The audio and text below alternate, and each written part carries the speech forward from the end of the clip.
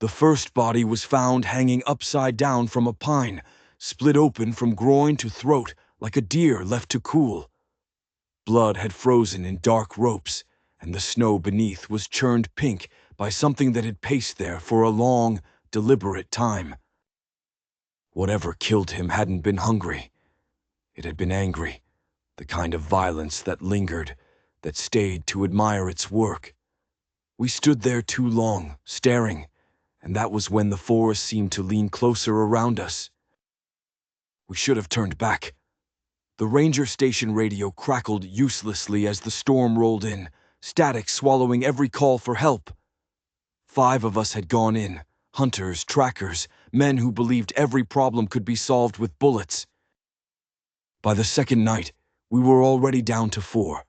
The trees pressed in tighter after dark, branches creaking like joints. That was when we realized we weren't alone. Something watched us from the tree line, tall and still. You never saw it clearly, just movement too wide, too heavy, shadows folding between trunks. The smell came first, wet iron, rot, and musk, so thick it coated the tongue and made breathing feel like swallowing blood. When it screamed, it wasn't a roar.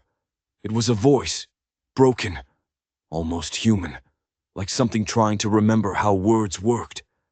The sound echoed through the forest and settled in our bones, vibrating with old hatred. Eli wandered off to piss and never came back. We found pieces of him scattered across 50 yards. An arm snapped free and wedged into a tree, ribs peeled open, his head crushed so flat it barely looked human.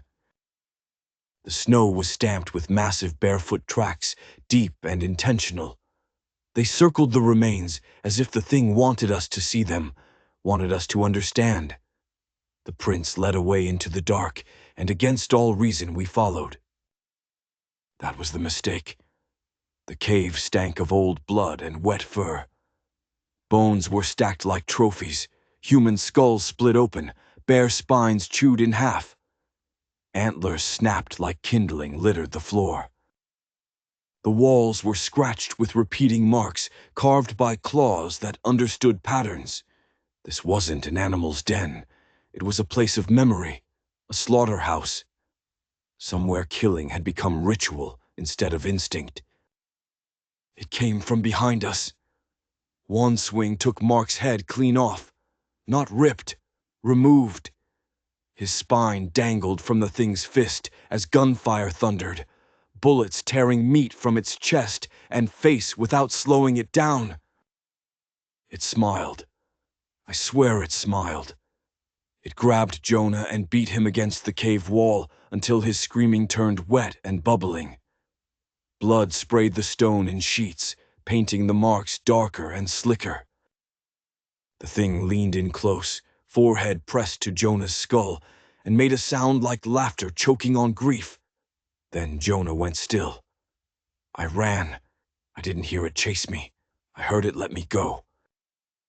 They found me 3 days later, half frozen and screaming about eyes in the trees. They said bears did it. Said storms make men panic. Said there's no such thing as Bigfoot. But at night I wake smelling blood and pine sap. I hear footsteps circling my house. Slow, heavy, patient. Waiting. I think it remembers me. I think it wants me to remember it back. And I know, deep in my bones, that it's still out there, washing the snow red, one body at a time.